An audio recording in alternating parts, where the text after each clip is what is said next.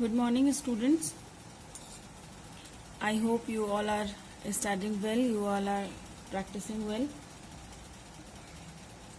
In our last video, we have discussed some transformations of trigonometrical functions. कुछ trigonometrical functions को कैसे transform करते हैं, जैसे अगर sin square x का इंटीग्रेशन है तो उसे कैसे करते हैं, या cos square x का इंटीग्रेशन है तो कैसे करते हैं. एंड आई होप कि आपने पहला वाला एक्सरसाइज कंप्लीट कर लिया होगा, दैट इज एक्सरसाइज 7.1. तो today we will start exercise 7.2. अगर एक्सरसाइज 7.1 में कोई क्वेश्चन बच गया हो तो मुझे ज़रूर आप, या कोई क्वेश्चन ऐसा हो जो आपको नहीं आ रहा हो तो आप उसको पूछ सकते हैं. अब हम करेंगे एक्सरसाइज 7.2 एनसीईआरटी से. उसके पहले एक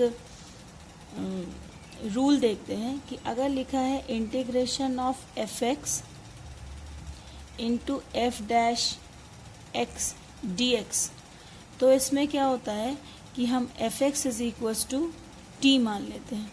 ठीक है, तो जब दोनों तरफ इंटीग्रेशन करते हैं तो F dash X D x is equal to D T कर देते हैं. और यहाँ एफ डैश एक्स की जो वैल्यू है, ये जो एफ डैश एक्स लिखा है, इसकी जगह पे हम डी टी कर देते हैं. और हमारा फंक्शन एफ एक्स जो है उसका भी पैरामीटर चेंज होकर टी का वेरिएबल वो बन जाता है. ठीक है, टी में फंक्शन बन जाता है. तो इसके लिए आपको डिफ्रेंसिएशन के फॉर्मूले सारे याद होने चाहिए कि आप देख पाएँ कि ये फंक्शन का डिफ्रेंसिएशन कोफिशिएंट ही दिया हुआ है. इसे ये भी सब्स्टिट्यूशन मेथड या प्रतिस्थापन विधि का ही एक पार्ट है. जैसे एक्सरसाइज का पहला क्वेश्चन है कि I is equal to integration of 2x upon 1 plus x square d x. अब यहाँ पे आप देखिए 1 प्लस एक्स स्क्वायर दिया है ना, तो अगर 1 प्लस एक्स स्क्वायर को हम t लेंगे तो 2x डी एक्स हमें मिलेगा. इसको ऐसे लिख सकते हैं integration of 1 upon 1 plus x square into 2x dx. तो let 1 plus x square is equal to T. तो 1 का इंटीग्रेशन क्या होगा, 1 का इंटीग्रेशन हो जाएगा 0 और 2x स्क्वायर का 2x dx is equal to D T. तो जो 2x dx की जगह पे हम लिख देंगे dt और 1 प्लस एक्स स्क्वायर की जगह पे हम लिख देंगे t. तो therefore I is equal to integration of 1 upon T D T. 1 upon T किसका इंटीग्रेशन होता है, इस 1 अपॉन टी का इंटीग्रेशन कितना होता है, लॉग ऑफ मॉड टी ना. तो it is equal to log of mod t plus C.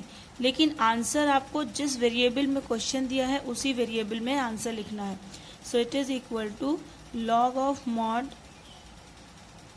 1 plus x square plus C. It is your answer.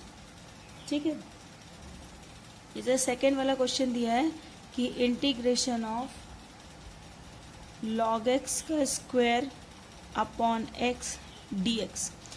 बस आपको यही पहचानना है कि फंक्शन का डिफरेंशियल कोफिशिएंट किसी पार्ट जो दिया हुआ क्वेश्चन है उसके किसी भी पार्ट का डिफरेंशिएशन कोफिशिएंट आपको मिल रहा है कि नहीं. अब इसे हम लिख सकते हैं इंटीग्रेशन ऑफ लॉग एक्स का square into 1 by x D x. अब यहाँ पे अगर लॉग एक्स को हम t मान लें तो log x का डिफ्रेंसिएशन क्या होता है, 1 बाई एक्स. तो 1 by x D x is equal to D t मिल जाएगा. तो let log x is equal to t, then 1 by x D x is equal to D T. तो therefore integration of log x का square upon x dx is equal to log x को लिख देंगे t, तो ये हो गया t square और 1 बाई एक्स डी एक्स को लिख देंगे dt. Now it became t square dt. अब इसका आप आराम से इंटीग्रेशन कर सकते हैं. It is equal to t to the power 3 upon 3 plus c. Again function हम वेरिएबल उसी वेरिएबल में लिखेंगे जिस वेरिएबल में क्वेश्चन दिया हुआ है. तो इट इज 1 बाई 3, t की वैल्यू थी log x, तो log x का cube plus c. It is your answer. तो ये सब्स्टिट्यूशन मेथड है. कहीं कहीं पे डायरेक्ट सब्स्टिट्यूशन नहीं दिखता, उसे सब्स्टिट्यूशन मेथड में रिड्यूस करना होता है. जैसे कि आपका थर्ड वाला क्वेश्चन था कि integration of 1/x plus x log x है ना। यहाँ पे इंटीग्रेशन नहीं, इसमें डायरेक्टली फंक्शन का f' हमें नहीं दिख रहा है, लेकिन अगर आप देखें तो x यहाँ भी है, x यहाँ भी है ना। तो इंटीग्रेशन ऑफ 1/x इंटू ये हो गया 1 प्लस x log x में से x कॉमन हो गया तो बचा log x। Now you can see the differential coefficient कि if we take 1 plus log x is equals to t, then 1/x dx is equal to dt. So putting 1 plus log x is equal to t, तो 1 का differential coefficient 0 हो गया, log x का हो गया 1/x dx is equal to dt. So it will be 1/t dt. It is equal to 1/t का कितना होता है log t. So it is log mod t इसलिए लेते हैं क्योंकि log कभी नेगेटिव नंबर का नहीं निकलता, तो अब हमेशा हम वेरिएबल की एब्सोल्यूट वैल्यू ही लेते हैं, मॉड लगाना ज़रूरी है। तो log t plus c it is equal to log t की वैल्यू कितनी है 1 plus log x plus c। It is your answer, it is as simple as it is, है ना। यहाँ पे आपको सीधे सीधे कहीं पे सीधे सीधे डिफरेंशियल कोफिशिएंट दिख जाता है और कहीं पे आपको थोड़ा सा उसे ट्विस्ट करना होता है, ठीक है। एक ट्रिग्नोमेट्रिक फंक्शन भी देखते हैं, तो integration of sine x into sine of cos x. Integration of sine x into sine of cos x dx। यहाँ पे आपको डिफरेंशियल कोफिशिएंट दिख रहा है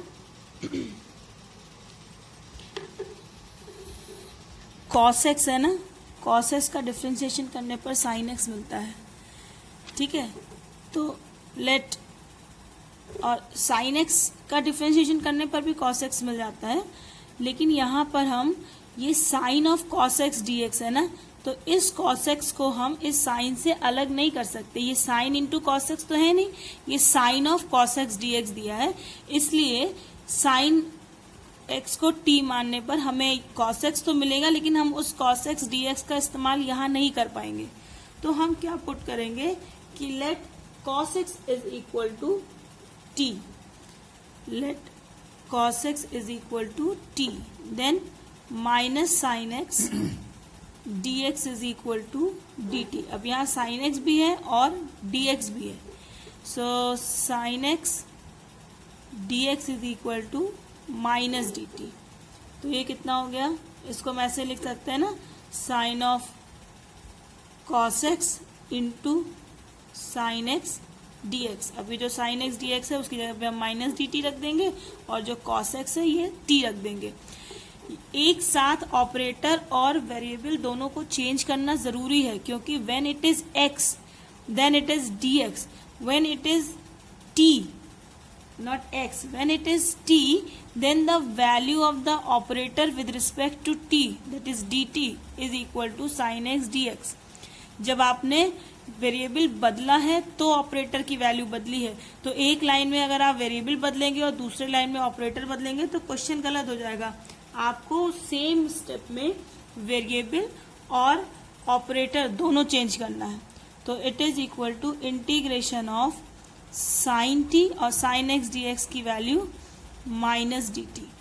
so it is equal to minus बाहर आ जाएगा, integration of sine T D T it is equal to minus sine T D T is minus cos T plus C, minus into minus plus, it is equal to cos और T की value cos x c, cos of cos x plus C.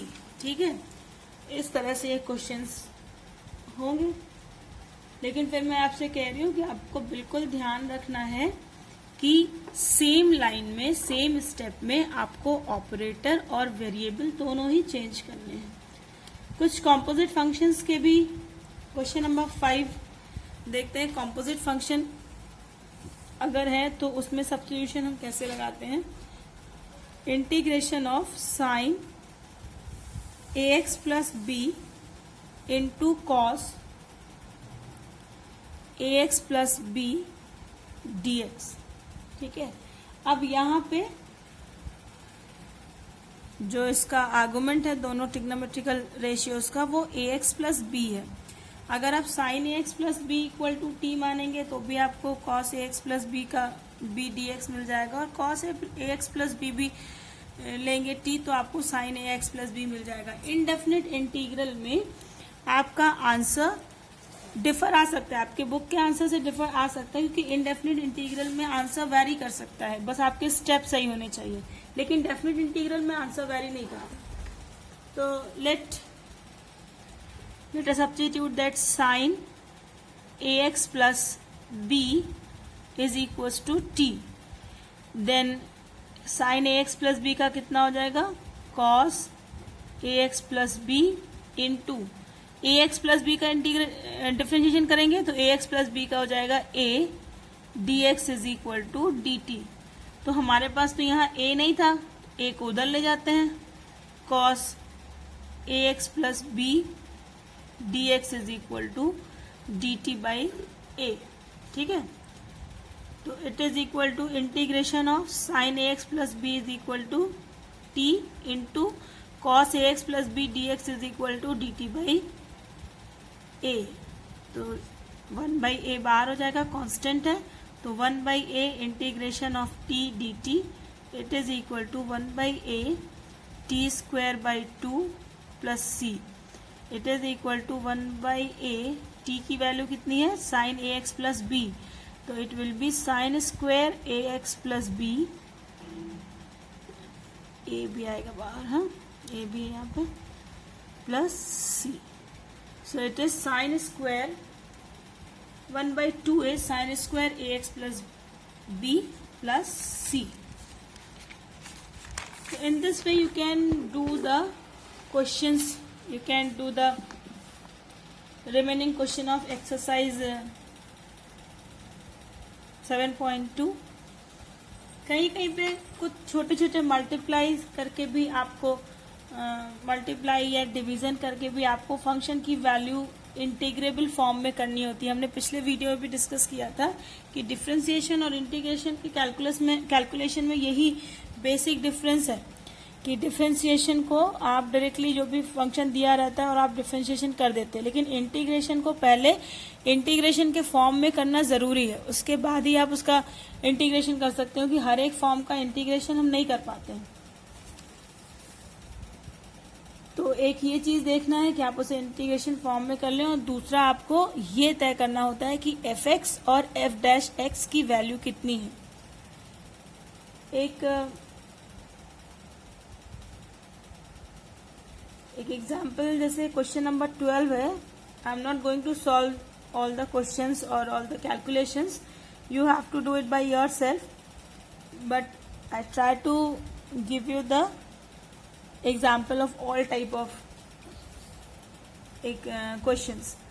It is given that x cube minus 1 to the power 1 by 3 into x to the power 5 dx। अब यहाँ पर x cube minus 1 to the power 1 by 3 into x to the power 5 dx दिया हुआ है। यहाँ पर किसी भी फंक्शन का मतलब कौन सा f(x) लें और वहां से हमें f'(x) क्या मिलेगा ये नहीं पता चल रहा है, क्योंकि अगर x क्यूब माइनस 1 लेंगे तो हमें 3x स्क्वायर dx मिलेगा, वो भी यहाँ नहीं है डायरेक्टली। अगर x टू दी पावर 5 लें तो 5x to the power 4 dx मिलेगा, वो भी हमें यहाँ पे नहीं दिख रहा है। इस टाइप के सब्स्टिट्यूशन, इस टाइप के क्वेश्चंस में हम क्या करते हैं कि सबसे पहले हम ये कोशिश करते हैं कि हमें डिफरेंशिएशन कोफिशिएंट कहीं से मिल जाए। अब जैसे ये है x cube minus 1 to the power 1 by 3, यहाँ पे एक्स क्यूब है, यहाँ पे एक्स टू दी पावर 5 है। एक्स टू दी पावर 5 को अगर हम एक्स क्यूब के फॉर्म में लिखें तो ये x cube into x square d x. अब आपको दिख रहा होगा डिफरेंशिएशन कोफिशिएंट, अगर एक्स क्यूब को हम टी मानेंगे तो 3x स्क्वायर डी एक्स हमें मिल जाएगा, है ना। ऐसे ही अगर इंटीग्रेशन में साइन स्क्वायर एक्स और मान लो साइन क्यूब एक्स दिया है ना, साइन क्यूब एक्स इस तरह से दिया हुआ है, तो यहाँ पर भी हम उसे दो पावर्स को यहाँ भी स्प्लिट कर लेते हैं कि एक आपने मान लिया इसको sine cube x D x था, तो इसको हमने मान लिया sine square x into x, ये sine cube x D x हो गया। और फिर साइन स्क्वायर एक्स को 1 माइनस कॉस स्क्वायर एक्स में स्प्लिट कर लिया into sine x D x हो गया। और फिर जब इसे मल्टीप्लाई करेंगे अंदर तो एक मिल जाएगा साइन एक्स डी एक्स और एक मिल जाएगा minus integration of cos square x sine x D x. अब यहाँ पे तो आप साइन एक्स डी एक्स का सीधे सीधे कर सकते हैं, माइनस कॉस एक्स मिल जाएगा और यहाँ पर सब्स्टिट्यूशन कर देंगे, sine x equal to T मानेंगे तो क्या कहते हैं, क्या cos x is equal to T मानेंगे तो साइन एक्स डी एक्स हमको माइनस डी टी मिल जाएगा। ठीक है, तो हम पावर्स को स्प्लिट कर देते हैं।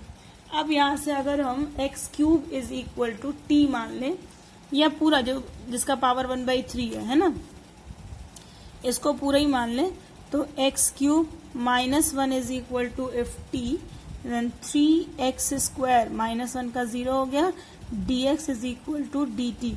सो x square d x is equal to D t by 3, ये मिल गया। अब यहाँ पे जो एक्स क्यूब माइनस 1 था, इंटीग्रेशन एक्स क्यूब माइनस 1 को हमने लिख दिया t to the power 1/3 into x cube की वैल्यू कितनी होगी यहाँ से, अगर x cube minus 1 equal to t है तो it implies x cube is equal to t plus 1 होगा ना।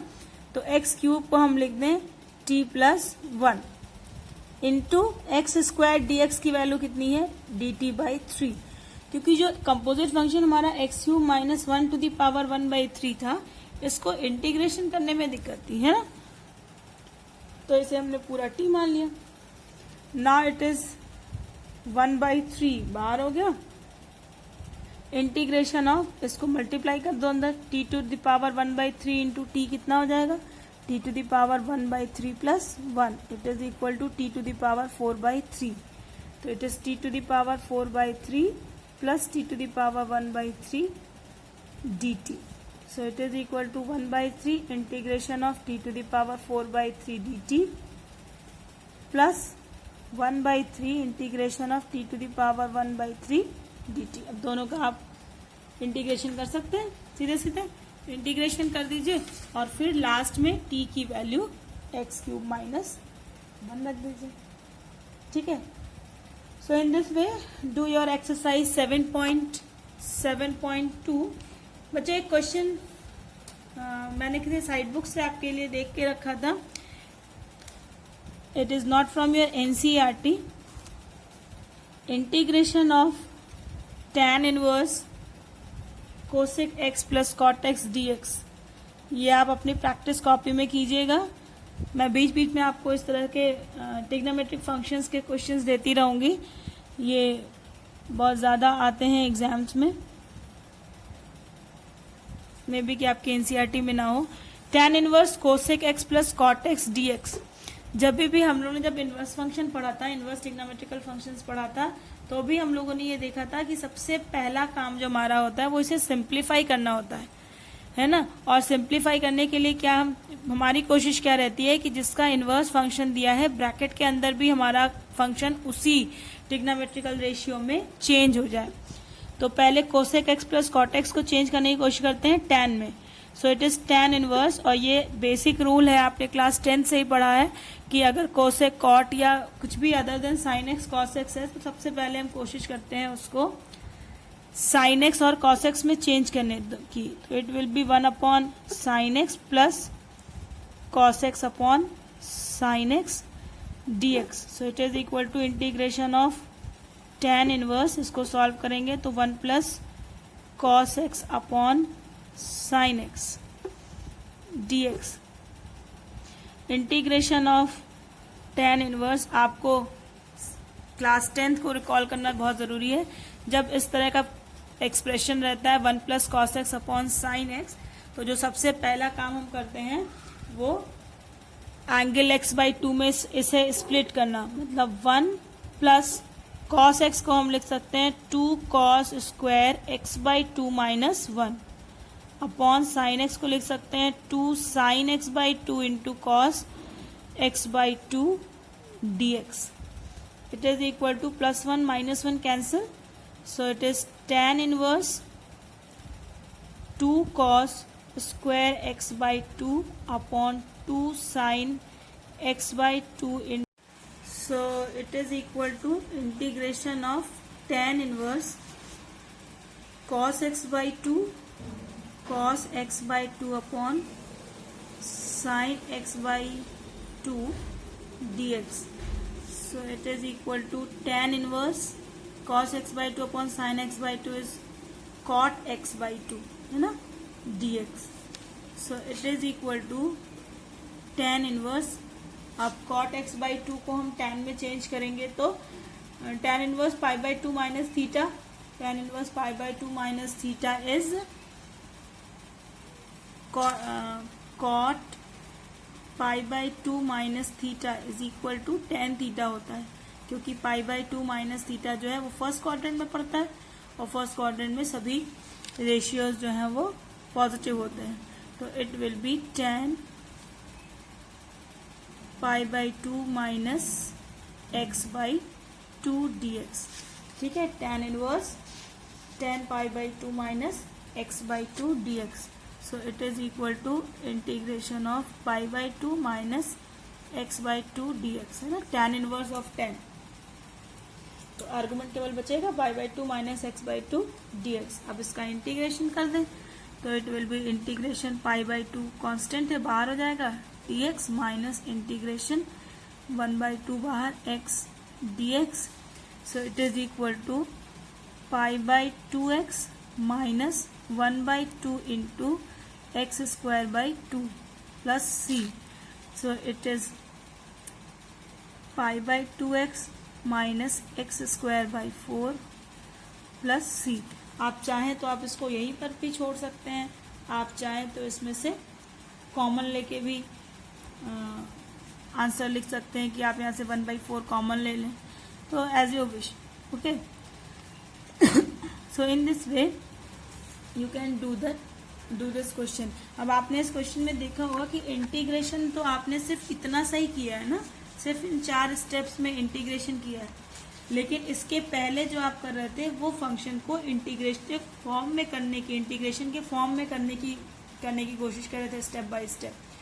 तो इसलिए बच्चों ट्रिग्नोमेट्री जो आपने हाई स्कूल में पढ़ी है, 10th में पढ़ी है, जो आपने फर्स्ट ईयर में पढ़ा है, उन सभी ट्रिग्नोमेट्रिक फंक्शंस को रिकॉल करना बहुत ज़रूरी है, क्योंकि इंटीग्रेशन में जो क्वेश्चंस आते हैं उनमें से ज़्यादातर क्वेश्चन आप कह सकते हो 50-50 क्वेश्चन जो है वो अलजेब्रिक एक्सप्रेशन के और 50% जो है वो ट्रिग्नोमेट्रिक फंक्शंस के आते हैं.